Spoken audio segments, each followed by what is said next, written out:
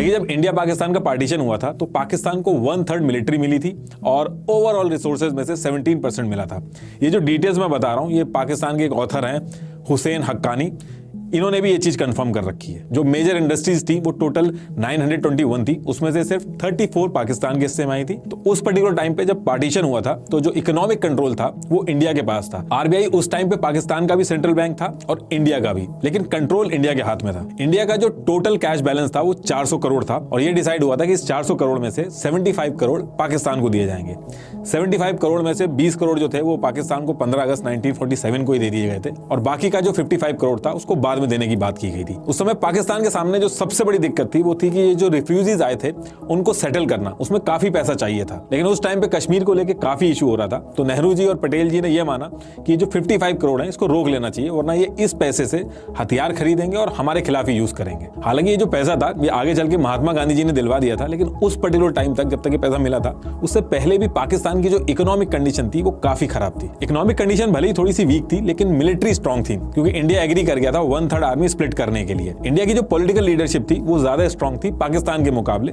India की तरफ से नेहरू जी, गांधी जी, सरदार पटेल जी, मल्टीपल स्ट्रांग लीडर थे। वहीं मुस्लिम लीग में सिर्फ जिन्ना के बाद कोई और स्ट्रांग लीडर आया ही नहीं। जिन्ना की डेथ के बाद ना तो जिन्ना के लेवल का कोई पावरफुल नेता आया और ना ही मिलिट्री ने आने दिया, क्योंकि जो टेम्परेरी कंट्रोल मिला था पाकिस्तान की आर्मी को वो काफी इंजॉय कर रही थी। पाकिस्तान आर्मी को इस टेम्परेरी कंट्रोल की ऐसी आदत लगी कि उसके बाद 29 पीएम बने। आज की डेट तक एक भी पीएम ऐसा नहीं है जिसने 5 साल अपने पूरे किए हो। किसी को मार दिया गया, किसी का तख्ता पलट कर दिया गया, इतने बड़े बड़े पॉलिटिशियंस को मारा गया। आज तक इनकी एक भी एजेंसी ये नहीं पता लगा पाई कि पीएम को मारा किसने है।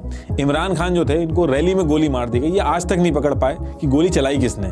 बिना किसी बड़े हाथ के ऐसा पॉसिबल ही नहीं हो सकता कि किसी के बारे में पता ही नहीं चल रहा कि इनके पीएम्स को मार कौन रहा है, इनके बड़े बड़े नेताओं को मार कौन रहा है। कुछ केसेस में तो लॉ को अमेंड किया गया ताकि जो पूरा कंट्रोल है वो पाकिस्तान की आर्मी के हाथ में आ जाए। इन कुछ चीजों की वजह से पाकिस्तान की जो आर्मी है उसका कंट्रोल पाकिस्तान के ऊपर शुरू से ही रहा है और ये आगे चल के एक बहुत ही बड़ी प्रॉब्लम बनी है, वो भी आपको आगे समझ में आ जाएगा। देखिए, किसी भी कंट्री को ग्रो करने के लिए पैसा तो चाहिए ही होता है।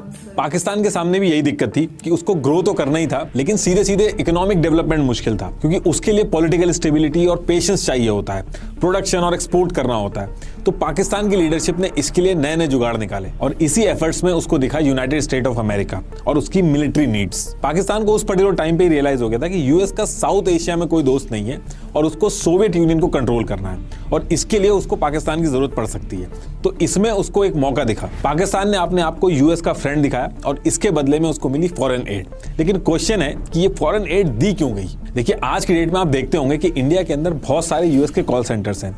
यूएस के एम्प्लॉयर्स वहां के एम्प्लॉयज को छोड़ के इंडिया से बंदे हायर करते हैं। ऐसा इसलिए क्योंकि एक यूएस सिटीजन की सैलरी काफी ज्यादा होती है, उसकी जितनी भी लायबिलिटी होती है वो यूएस के एम्प्लॉयर की होती है। इंश्योरेंस, पेंशन जैसे तरह तरह के बेनिफिट्स देने पड़ते हैं। कोई एक्सीडेंट भी हुआ तो सारी रिस्पॉन्सिबिलिटी उस यूएस के एम्प्लॉयर की बनती है। इंफ्रास्ट्रक्चर मेंटेन करना, ऑफिस वगैरह, ये काफी बड़ा खर्चा होता है इसमें। लेकिन इंडिया के अंदर सारे एम्प्लॉयज कम पैसे में मिल जाते हैं और किसी की भी लायबिलिटी यूएस के एम्प्लॉयर के ऊपर नहीं होती है।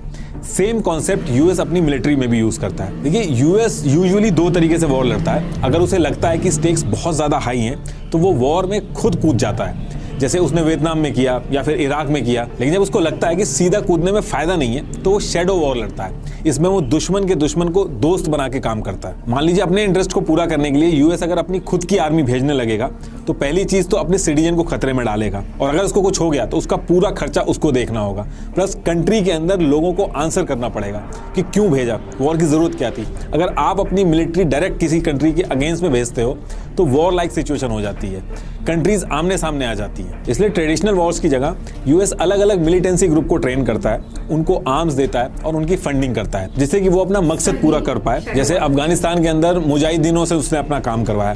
कई ऐसे मिलिटेंसी ग्रुप होते हैं, मुजाहिदीन होते हैं जो पैसे लेके भी लड़ाई करते हैं। अभी जो रशिया यूक्रेन वॉर चल रही है उसमें भी आप अगर सर्च करोगे तो रशिया ने सीरियन फाइटर्स को पैसा देके रिक्रूट किया है, जिन्हें मर्सिनरीज भी बोलते हैं। ये पैसा लेके यूक्रेन के खिलाफ लड़ रहे हैं और इस मॉडल में रिस्क एकदम कम होता है। आपको भारी भारी सैलरीज नहीं देनी होती है, आपको बस वेपन्स और ट्रेनिंग प्रोवाइड करानी होती है। और इस पूरे गेम में पाकिस्तान पूरे एरिया का एक ट्रेनिंग सेंटर बन गया है और इस ट्रेनिंग सेंटर को बनाया पाकिस्तान मिलिट्री ने।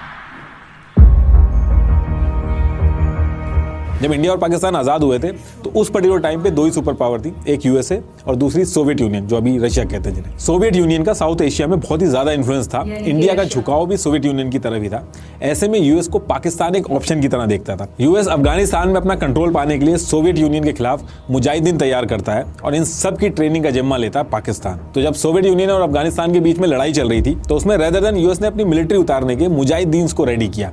ना तो मुजाहिदीन की जान जाने पे यूएस की कोई जवाबदेही थी और ना ही भारी भारी सैलरी देनी थी, और रिस्क भी बिल्कुल खत्म हो गया था, क्योंकि अगर यूएस की मिलिट्री अफगानिस्तान में उतर के रशिया के खिलाफ लड़ती तो ये वॉर रशिया और यूएस की वॉर में बदल जाती। तो यूएस ने मुजाहिदीनों को वेपन्स दिए, इन सब की ट्रेनिंग हुई पाकिस्तान में। पाकिस्तान ने हर तरीके से मदद की इन मुजाहिदीन की, इनको ट्रेनिंग करवाई, इनको रूट दिया, इनको खाने पीने और हथियार वगैरह सब सप्लाई करा। इसमें पाकिस्तान के लिए भी फायदा था, क्योंकि बिना कुछ प्रोड्यूस करे या एफर्ट लगाए यूएस से पैसा मिलने लगा था। यूएस ये पैसा कभी एड की फॉर्म में भेजता था तो कभी ह्यूमन राइट्स के बहाने से भेजता था। यूजुअली आप देखोगे तो फॉरेन एड उन देशों को मिलता है या तो जो गरीब हों या किसी क्राइसिस से गुजर रहे हों, जैसे कोई वॉर या फिर नेचुरल डिजास्टर हो, लेकिन पाकिस्तान को एड मिलता था उसकी स्ट्रेटेजिक लोकेशन की वजह से, उसकी यूजफुलनेस की वजह से। इनफैक्ट साल का एक बजट भी फिक्स कर दिया गया था जिसमें बिलियंस ऑफ डॉलर्स आते थे पाकिस्तान को यूएस की तरफ से। लेकिन पाकिस्तान ये जो सेंटर्स थे और ये जो पैसा था और ये जो मुजाहिदीन थे, इनका यूज कश्मीर में भी करने लगा। 1964 तक पाकिस्तान में आने वाली जितनी भी फॉरेन एड्स आती थी ये इनके जीडीपी का 5% का हिस्सा बन गई थी। लेकिन इन सबके बीच में पाकिस्तान ये भूल गया था कि इन सबके बीच में बिना मतलब किसी और की लड़ाई उसने अपने सरदर्दी पे ले ली थी। लेकिन पाकिस्तान की जो जनता थी और गवर्नमेंट थी वो यूएस के इस एड और पाकिस्तान का अफगानिस्तान में हेल्प करने से बिल्कुल खुश नहीं थी। जनता का ये मानना था कि अफगानिस्तान में ये भी हमारे जैसे ही मुस्लिम्स हैं और हम अपने ही भाइयों को मरवा रहे हैं। वहीं गवर्नमेंट इसलिए खुश नहीं थी क्योंकि एड की वजह से मिलने वाला जो पैसा था वो बस आर्मी तक ही पहुंच पाता था, क्योंकि करप्शन की वजह से पैसा नीचे तक पहुंच ही नहीं पाता था और पाकिस्तान का एक्सपोर्ट और प्रोडक्शन इतना कोई खास नहीं था। इसलिए लोगों की जो गालियां होती थी वो पाकिस्तान की गवर्नमेंट को मिलती थी। लेकिन पाकिस्तान की इकोनॉमिक सिचुएशन फिर से खराब तब होती है जब अफगानिस्तान वॉर 1989 में खत्म हो जाती है। ये जो मुजाहिदीन यूएस और पाकिस्तान ने मिलकर ट्रेन किए थे, ये अफगानिस्तान की सरकार को गिरा के तालिबान का राज हो जाता है वहां पे। ये उसामा बिन लादेन वगैरह ये सब यूएस ने उस टाइम पे ट्रेन किए थे और सोवियत यूनियन को बाहर करके यूएस का काम ऑलमोस्ट पूरा हो गया था। ये जो बातें मैं बोल रहा हूँ, ये जो पाकिस्तान के प्रेसिडेंट रह चुके परवेज मुशर्रफ, इन्होंने भी बोली है और ओपनली बोली है। इंटरव्यू अभी भी पड़ा इनका यूट्यूब के अंदर। अफगानिस्तान वॉर के बाद अमेरिका को पाकिस्तान की जरूरत नहीं थी। अब इस चीज का आप अंदाजा इस चीज से लगा सकते हैं कि 1989 में यूएस ने पाकिस्तान को सीधे सीधे $452 मिलियन की एड दी थी, जो 1998 तक घट के $5.4 मिलियन रह गई थी। बांग्लादेश, इंडिया जब एक्सपोर्ट करके अपनी इकोनॉमी को धीरे धीरे आगे बढ़ा रहे थे तब पाकिस्तान की मिलिट्री एड से खुश हो रही थी। अफगानिस्तान वॉर खत्म होने के बाद पाकिस्तान की जो इकोनॉमी थी उसको काफी नुकसान हुआ और उसके बाद पाकिस्तान को यूएसए ने स्टैंड बाय मोड पर डाल दिया। लेकिन पाकिस्तान की किस्मत फिर चमकती है जब 9/11 अटैक होता है। वर्ल्ड ट्रेड सेंटर में ये अटैक अलकायदा ने करवाया था और यूएस को डर था कि ये अटैक अगर दोबारा नहीं करवाना है तो अलकायदा को पूरी तरीके से खत्म करना होगा। अलकायदा अफगानिस्तान और पाकिस्तान के बॉर्डर पे ऑपरेट करता था और एक बार फिर यूएस को पाकिस्तान की जरूरत पड़ी। इस बार यूएस ने कोएलिशन सपोर्ट फंड बनाया CSF, जिसमें पाकिस्तान को काफी पैसा मिला। 2009 में यूएस ने कैरी लुगर बिल पास किया जिसने पाकिस्तान को $1.5 बिलियन पर ईयर की एनुअल असिस्टेंस देने का प्रपोजल था। लेकिन ये जो पैसा मिलता था इसको पाकिस्तान यूएस के वॉर एंड टेरर के लिए यूज करने की बजाय अपनी इकोनॉमी को बचाने के लिए यूज करता था, अपनी आर्मी को स्ट्रॉन्ग करता था। और जो ट्रेनिंग सेंटर थे जहां मुजाहिदीन ट्रेन होते थे वहां से अफगानिस्तान के साथ साथ कश्मीर में भी मुजाहिदीन भेजता था। ये वो टाइम था जब पाकिस्तान के दोनों हाथ घी और मुंह कढ़ाई में था। पाकिस्तान आर्मी के ऊपर बाहर से मिलने वाले एड में करप्शन एलिगेशन लगते रहे। यूएस ने भी कहा कि इन्होंने हमारे एड से मिलने वाले पैसे को मिस स्पेंड किया है। और तो और इतने साल कॉन्टिन्यूसली एड देने के बाद भी ये पता चलता है कि उसामा बिन लादेन पाकिस्तान में ही पकड़ा जाता है। मुल्ला उमर जो मोस्ट वांटेड था उसकी डेथ भी पाकिस्तान के हॉस्पिटल में होती है। डोनाल्ड ट्रंप ने आते ही ये जो एड मिलता था पाकिस्तान को इसको पूरी तरीके से बंद कर दिया और पाकिस्तान की इकोनॉमी जो बबल में थी उसको फिर से एक झटका लगता है। इन सारी चीजों की वजह से पाकिस्तान की इमेज काफी खराब हुई और फॉरेन इन्वेस्टमेंट एकदम से खत्म हो गया। बाहर की कंपनीज इतनी अनस्टेबल जगह पे अपनी कंपनी नहीं लगाना चाहती थी। उनको पता था कि उनको नुकसान होना तय है। इसके अलावा टूरिज्म भी खत्म हुआ। ये बहुत ही बड़ा फैक्टर था पाकिस्तान की इकोनॉमी कोलैप्स होने में। देखिए, पाकिस्तान और इंडिया में कई बार वॉर्स हुई हैं, लेकिन 1971 की वॉर ने पाकिस्तान को काफी वीक किया। ये एक बहुत ही इंटरेस्टिंग कहानी है जिसके ऊपर बहुत सारी बुक्स हैं, लेकिन कुक्कू FM की एक ऑडियो बुक है, इंडिया वर्सेस पाक 1971।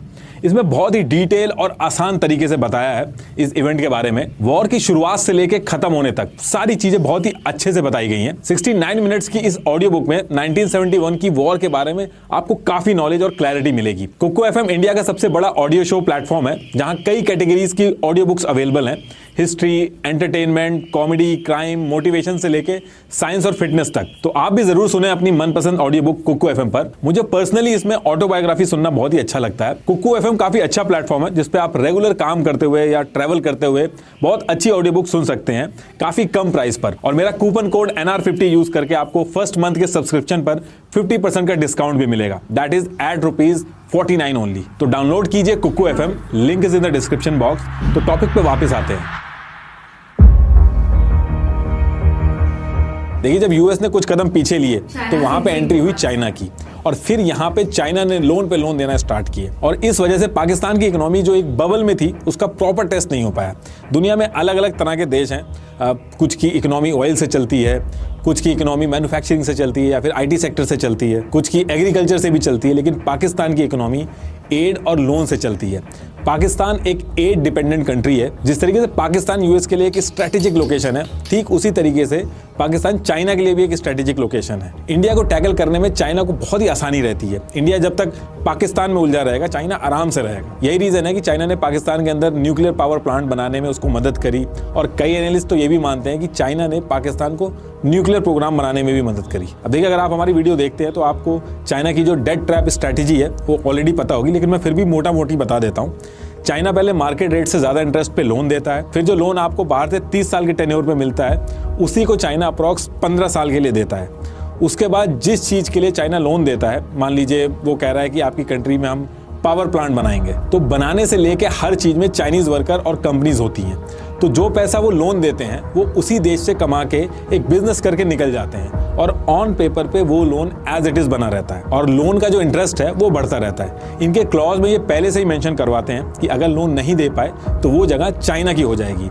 इसी तरीके से श्रीलंका का जो हम्बनटोटा पोर्ट था वो चाइना के पास पहुंच गया। फिर इन्हीं सारी स्ट्रेटेजिक लोकेशन का यूज करके ये उस एरिया में रूल करते हैं। अब आप कहोगे ये जो स्ट्रेटेजी आप बता रहे हो ये तो बच्चे बच्चे को पता है, तो पाकिस्तान के जो लीडर हैं, मिलिट्री है, उनको नहीं पता होगी। तो देखिए, आपने कहावत सुनी होगी कि कुछ तो रही होंगी मजबूरियां, यूं ही कोई बेवफा नहीं होता।